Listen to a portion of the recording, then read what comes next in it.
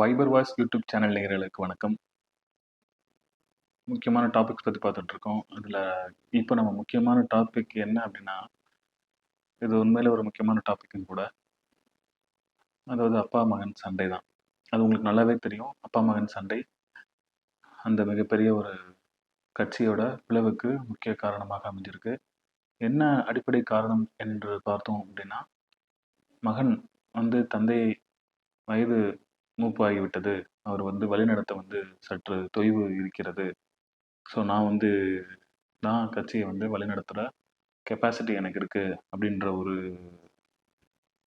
ஒரு கருத்தோட செயல்படுகிறார் என்றுதான் பேசப்படுகிறது. மறுபுறம் என்ன சொல்றாங்க அப்படின்னா, கூட்டு நிலைப்பாடுல வந்து பாட்டாளி மக்கள் கட்சியோட கூட்டு நிலைப்பாடுல வந்து தந்தை மகனுக்கிடையே முரண்பாடு ஆன கருத்து நிலவியதால் இந்த பிளவுக்கு காரணமாக திகழலாம் என்றும் சொல்லப்படுகிறது.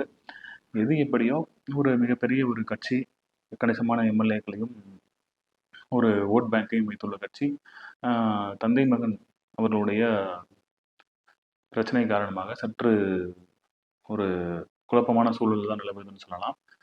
வாங்க நம்ம வீடியோக்குள்ள போகலாம். அதாவது நேற்று வந்து உச்சக்கட்டமாக வந்து அன்புமணி அவர்கள் சேலம் மாவட்ட செயலாளரான, அதாவது மேற்கு சட்டமன்ற உறுப்பினரான திரு அருள் அவர்களை கட்சியிலிருந்து நீக்கம் செய்துள்ளார். அதுதான் அவர் ஏன் நீக்கம் செய்தாரு அப்படின்னு பார்த்தோம் அப்படின்னா, அதுக்கு முந்தின நாள் வந்து அருள் அவர்கள் வந்து ஒரு பேட்டி கொடுக்குறாரு. என்ன அப்படின்னா, கடந்த எங்களுக்கு வந்து ஒரு அரசியல் கற்றுக் கொடுத்தது தலைவர் ராமதாஸ் அவர்கள் தான். ஆரம்பத்துல கட்சியை வந்து உருவாக்கியது அவர் தான். அவரை பார்த்து தான் நாங்கள் கட்சியில வந்து இணைந்தோம். அவரை பார்த்து தான் தற்போது வரை செயல்படுகிறோம். கட்சியோட முதல் தலைவராக நாங்கள் வந்து ராமதாஸ் அவர்களை ஏற்றுக்கொண்டாலும் 2ஆம் கட்ட தலைவராக வந்து திரு அன்புமணி அவர்களை ஏற்றுக்கொள்கிறோம் அப்படின்னு சொல்லிட்டு அவரை பற்றி பொது வழியில் விமர்சனம் செய்வது அன்புமணி அவர்கள் மாற்றிக்கொள்ள வேண்டும். அவரை ஒரு குழந்தை என்று சொல்கிறார். அந்த குழந்தை தந்த பதவியை அவர் தற்போது வைத்துக் கொண்டுள்ளார். இது அவருக்கு அழகா அப்படின்ற மாதிரி ஒரு முக்கியமான கேள்விகளை எழுப்பி ஒரு ப்ரெஸ் மீட் கொடுக்குறாரு.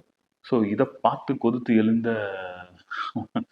அன்புமணி அவர்கள் அவரோட வழக்கறிஞர் பிரிவு நிர்வாகியான திரு பாலு அவர்கள் மூலமாக மன்னிப்பு கடிதம் அல்லது விளக்கம் கேட்கிறாங்க. அதற்கு அவர் விளக்கம் கொடுக்கவில்லை. இதனால் அவர் வந்து கட்சியிலிருந்து நீக்கப்படுகிறார். அடிப்படை உறுப்பினர் நீக்கப்படுகிறார். கட்சி விதிகளின்படி ஏதோ பிரிவு 30 அந்த விதிகளின்படி அடிப்படை உறுப்பினர் நீக்கம் செய்யப்படுகிறார் என்ற ஒரு ஸ்டேட்மெண்ட்டை அன்புமணி அவர்கள் வந்து வெளியிடுறாங்க. அதாவது என்னன்னு பார்த்துக்கிட்டோம் அப்படின்னா, கடந்த 3 மாதங்களாக கிட்டத்தட்ட 80 மாவட்ட செயலாளர்கள், 60 மாவட்ட தலைவர்கள், தலைமை கழக நிர்வாகிகள் இவரெல்லாம் வந்து கட்சியிலிருந்து ஒரு புறம் ராமதாஸ் அவர்கள் நீக்கினாலும் மறுபுறம்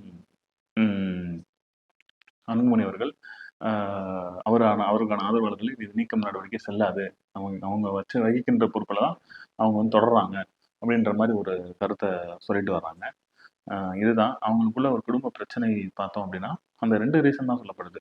அன்புமணி அவர்கள் வந்து அப்பா வந்து வயது மூப்பு ஆகிவிட்டார், அதனால வந்து அவர் வந்து கட்சி வழிநடத்த ஓய்வில் இருக்கட்டும், நான் வந்து கட்சி வழி நடத்துறேன் அப்படின்ற ஒரு கருத்து.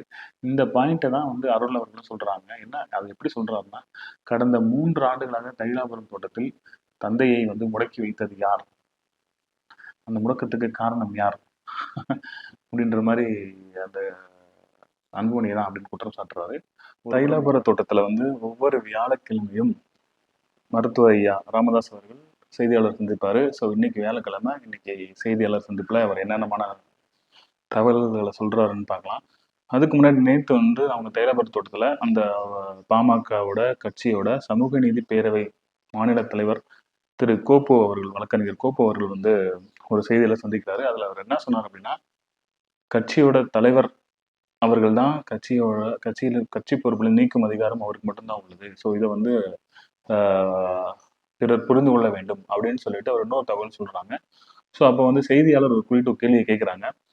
மருத்துவரை அவர்களை 3 பேர் மூவர் தலைமையில் கட்டுப்பாட்டில் உள்ளார் அப்படின்னு சொல்றாங்க. என்ன அப்படின்னு கேட்டோம்னா அதுக்கு ஒரு விளக்கம் கொடுக்குறாரு. சிவன், பிரம்மா, விஷ்ணு இவங்களோட தலைமையில தான் வந்து இவங்க தான் அவரை கட்டுப்படுத்தி உள்ளார் அப்படின்ற மாதிரி ஒரு தகவல் சொல்றாரு.